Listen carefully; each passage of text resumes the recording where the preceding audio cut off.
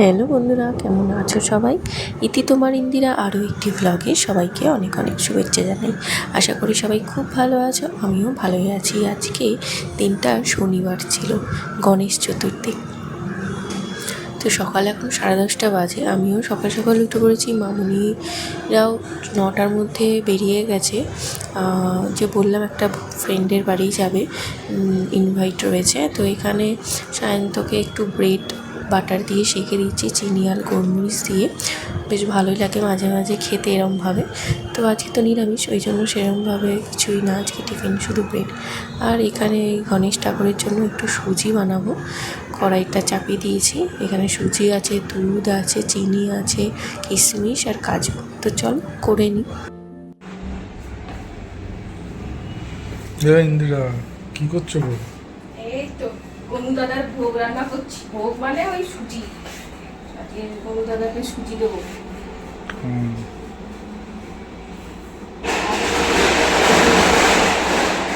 Dry fruits দেবো, এই যে কাজু কিশমিশ আছে, দুধ আছে, চিনি আছে। বাকি রান্না হয়ে গেছে? না, করবো, আগে ভোগটা রান্না করে নিই গনু দাদা, তারপর তো করবো। ঠিক আছে, করো।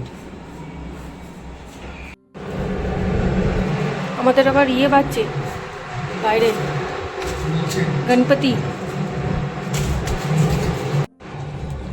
টাটা।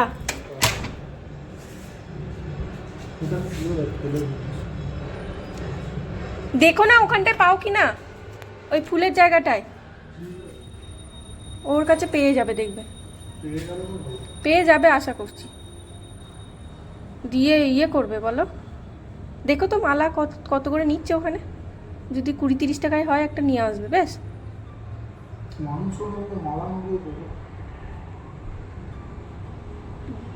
এক হাতে দু হাতে পারবে না নিতে, যদি সম্ভব হয়।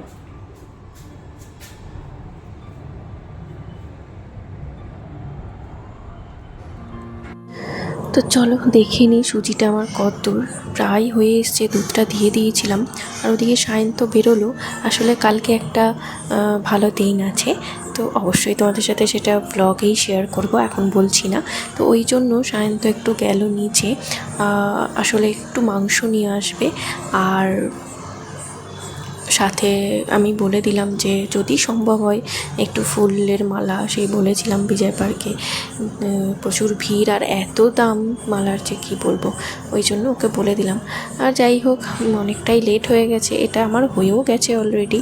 এই দুধটা একটু টেনে নিলে একটু ওই কাজু কিশমিশটা দিয়ে দেবো, তারপর নামিয়ে নেবো।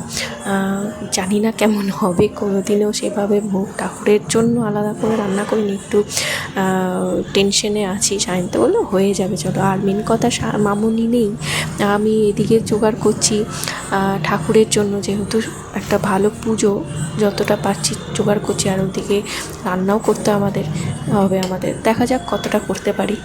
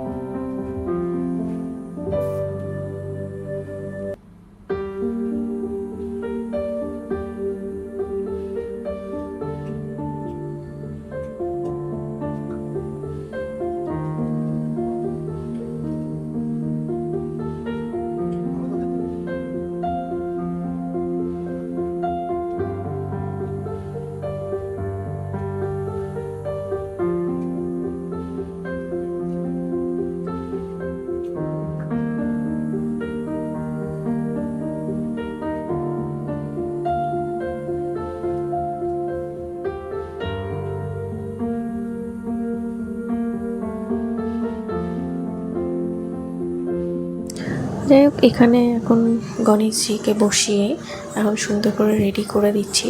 সব রকম সামনে নিয়েই বসেছি একবারে, এবার স্নান করাবো। আর আসলে ব্যাপারটা কি হয়েছে, আমি তো ওই যে বললাম তোমাদের যে আরও আগে উঠলেই ভালো হতো। আরও আগে উঠিনি একটা কারণ, মানে উঠে পড়েছি আমি প্রায় 8:30টার মধ্যেই উঠে পড়েছি, মানে আমার সব কিছু হয়ে গেছে। তো ব্যাপারটা কি হয়েছে, তারপর তো মামুনিরা রওনা দিল। এবার আমি অনেক আগেই শুরু করে দিতে পারতাম, আরও তাড়াতাড়ি উঠতে পারতাম। ব্যাপারটা হয়েছে, আমি একটা জায়গায় দেখছিলাম এবছর 11:30 থেকে ওই 1:40-39 পর্যন্ত একটা ভালো সময়, 2 ঘন্টার মধ্যে এই পুজোটা করতে পারলে, গণেশ পুজোটা খুব ভালো। তো এই জন্য আর কি এখন থেকেই শুরু করলাম 11:30 থেকে। আর সাথে তো আমার গোপালকেও রেডি করতে হবে। তো এদিকে দেখো, গণেশকে একদম রেডি করে দিয়েছি, পঞ্চামৃত দিয়ে, জল দিয়ে স্নান টান করে, চন্দন দিয়ে, হলুদ দিয়ে, লাল সিঁদুর দিয়ে, চাল দিয়ে একদম টিপ দিয়েছি, সিদ্ধিবিনায়ককে দিয়েছি, আর আমার লাড্ডু সোনাকেও সাজিয়ে গুছিয়ে বসিয়ে দিয়েছি সুন্দর করে। তো চলো, এরপর বাকি পুজোটা সেরে নিতে হবে।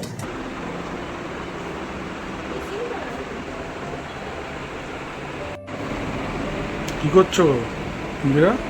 এই তো সাজাবো, লাল সুতো দিয়ে তৈরি করছি মাছ। ঠাকুরকে দেওয়া হয়নি?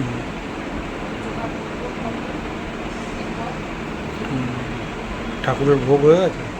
হ্যাঁ, হয়ে গেছে। এই ফল কাটবো, দিয়ে দেবো। আর আমাদের রান্না আমাদের রান্না হবে এখনো করনি? না, এই করে তারপর দাদাকে দিয়ে দিই, তারপর কি রান্না আজকে? একটা স্পেশাল রান্না করবো। কি স্পেশালটা কি? কেন বলবো, খেতে খাবে এবার।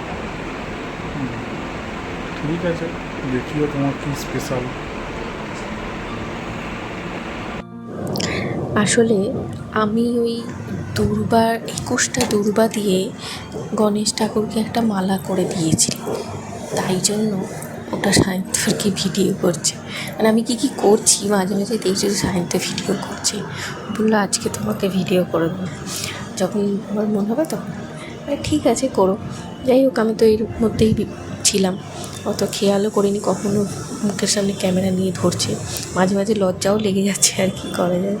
তো যাই হোক, এইভাবেই আমার ঠাকুরের সমস্ত ঠাকুরকে আর গোপালদেরকে সব রকম দিয়ে, ফল, ফুল, মিষ্টি, মোদক, আর যেই ভোগটা মানে সুজিটা আমি বানিয়েছি, সেই সুজি দিয়ে একদম সুন্দর করে গুছিয়ে জোগাড় করে নিয়েছি। সেটা দেখতেই পাচ্ছ তোমরা, কেমন লাগছে সেটা জানিও। আর আমার গনুকে কত সুন্দর করে সাজিয়েছি, দারুণ লাগছে জায়গাটা সত্যিই, চোখে মানে একটা বারবার যেতে আসতে চোখে পড়ছে, খুব ভালো লাগছে। মানে আমি সেভাবে ডেকোরেশন করতে পারিনি, যতটুকু পেরেছি এতেই আমি সন্তুষ্ট। আর আমাদের তো ঠাকুরের সিংহাসন রয়েছে, সেভাবে আর ডেকোরেশন করার দরকারও নেই। তো এইটুকুনি। আর নিজেদের মতো করে পুজো করাটা আমার মতে বলে বেশ ভালো, মানে মনের ইচ্ছেও পূরণ হয়, যতটুকু ঠাকুর নেওয়ার ততটুকু ঠিক ঠাকুর নিয়ে নেবেন। আর পুরোহিত দিয়ে করা হয়নি, যে বছর প্রথমবার আমরা ঘট পেতে করেছিলাম 22 সালে, সে বছর বাবাই করেছিল, ব্রাহ্মণ মানুষ করে নিয়েছে। 22 সাল 23 সালে তো আমাদের অসুযোগ হয়নি, এবছরটা নিজেদের মতো করে এইভাবে ছোটো করে করেছি। আর এমনিও বাবাই মামনি কেউই নেই, যতটুকু পেরেছি করেছি। তো চলো, কথা বলতে বলতে আমার পুজোটাও প্রায় কমপ্লিট, আমি আমার মতো পুজো করে নিলাম। সায়ন্ত গেছে ওদিকে স্নান করতে, আমার সব জোগাড় করা দেখে ও এসেও পুজো করবে, তারপর আমি রান্নাঘরে চলে যাব। আমার তো এখানে পুজো কমপ্লিট হয়ে গেল।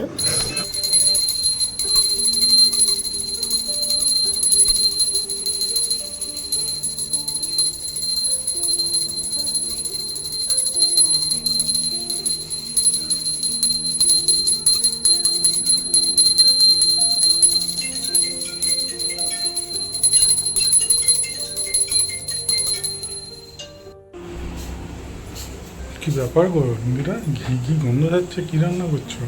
এই দেখো, ফ্রাইড রাইস রান্না করছি। Fried rice? মিষ্টি ফ্রাইড রাইস আর আলু। তাই? এটাই তোমার এই সারপ্রাইজ? মিষ্টি ফ্রাইড রাইস আর একদম নিরামিষ। বাহ, ঠিক করো। আছে, হবে তো? হুম, ঠিক আছে, করো। আলুর দম হচ্ছে, ক্যাপসিকাম আর টমেটো দিয়ে আলুটাকে বাটার দিয়ে আগে নেড়ে চেড়ে নিচ্ছি। আর এদিকে ফ্রাইড রাইস হয়েছে। ফ্রাইড রাইস কিছুই না, ঘি দিয়ে আর সবজি দিয়ে 3 রকম করছি। নুন মিষ্টি আর এই যে কাজু পোস্ত কাটা মগজ।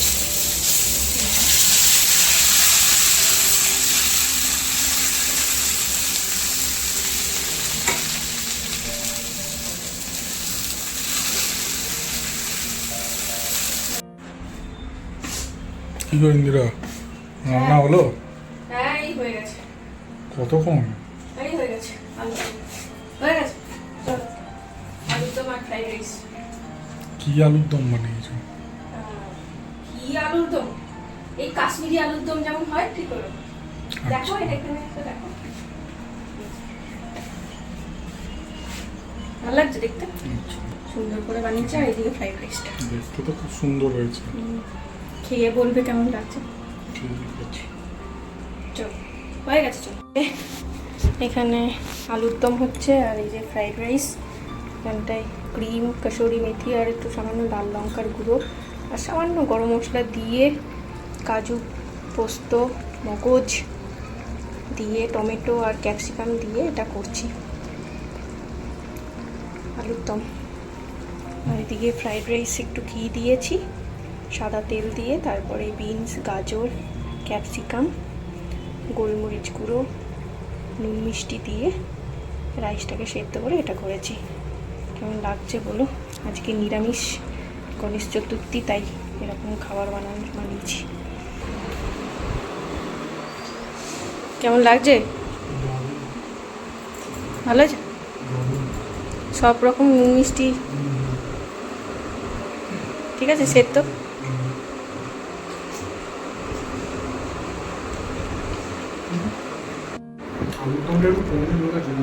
আলুর দমে ফ্রাইড রাইসে ঠিক আছে, ফ্রাইড রাইস আর আলুর দমে একটু করে পনির হলে ভালো আছে। হুম,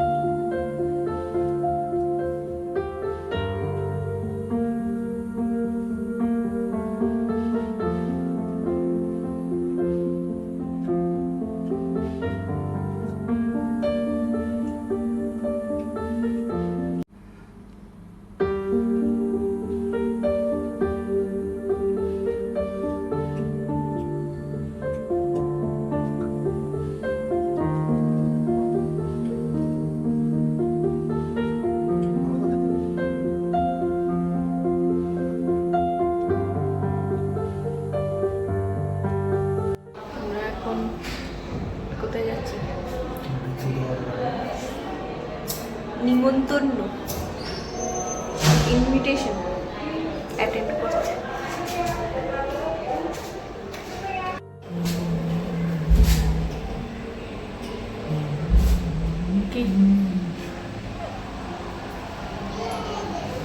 ওদিকে তো আমাদের তো দেখলেই পুরোটা, মামনিরা ওই 5টার সময় এসেছে।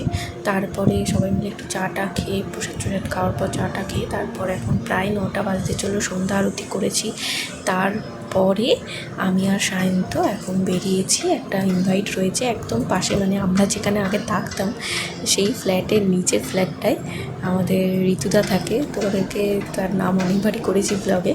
তো এই ঋতুদার বাড়িতে গণেশ পুজো হয়েছে আজকে, তো ওখানে আমাদের ইনভাইট করেছে, সবাইকেই করেছিল। মামনিরা যেহেতু এক জায়গায় গেছিলো ওই জন্য এইবারে আমরা এই বেলায় বললো তোরা আজকে ঘুরে আয়, ঠিক আছে। আমরা তো এই জন্য চলে যাচ্ছি এখন ওদের বাড়িতে। আমাদের আগে ছিলাম এইখানে, এটা হচ্ছে আমাদের পাস্ট আগের বাড়ির তলার বাড়ি। আগের যে বাড়িতে থাকতাম ফ্ল্যাটে তার নিচের দিকে যাচ্ছি।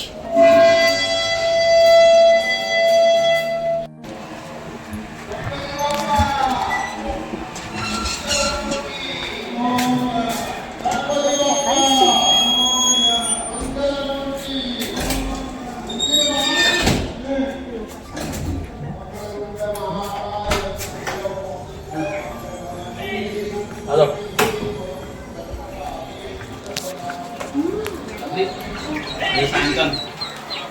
Có sang cân đâu ơi.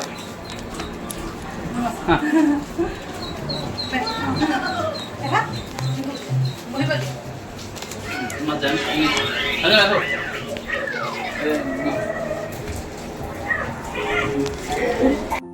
ওরা ঠাকুরটা খুব সুন্দর এনেছে এবং ডেকোরেশনটা খুবই সুন্দর করেছে। ওরা পুরোহিত দিয়েই পুজো করেছে। তো যাই হোক, ওর মেয়ে বউ সবাই এসছে, তো আমাদের একদম ডিনার করিয়েই ছাড়লো। আর কি করা যাবে, ডিনার করেই যাচ্ছি।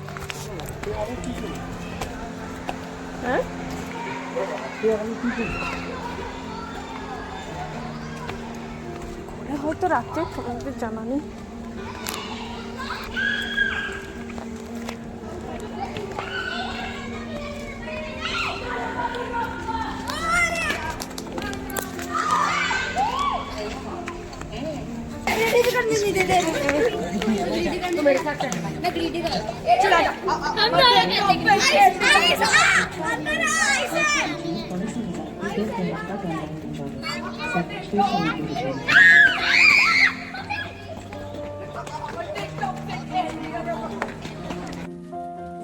যাই হোক, এটা আমাদের হচ্ছে সোসাইটির গণপতি পুজো হয়েছে। তো ওখান থেকে বেরিয়ে আমরা সোজা এখানে চলে এলাম একটু দর্শন করতে। তো এখানে জাস্ট একটু দূর থেকেই দেখে নিলাম, বিকজ ভেতরে অনেকে ছিল আর ঢুকিনি সেভাবে। এখানে বাচ্চারা সব খেলাধুলো করছে, পুজোর সময় যা হয় সেই আমাদের ওখানকার মতনই একবারে। তো যাই হোক, খুব ভালো লাগলো, আজকে দিনটা খুব ভালোভাবেই কাটালাম। তোমাদের কেমন লাগলো আমার ব্লগটা অবশ্যই জানিও। ভালো লাগলে অবশ্যই একটা লাইক করো। আর সবাই খুব ভালো থেকো, সুস্থ থেকো, সাবধানে থেকো। আর সবাই কেমন গণপতি পুজো কাটালে সেটা অবশ্যই জানিও। দেখা হবে আবারও খুব শিগগিরই পরের একটা নতুন ব্লগ নিয়ে।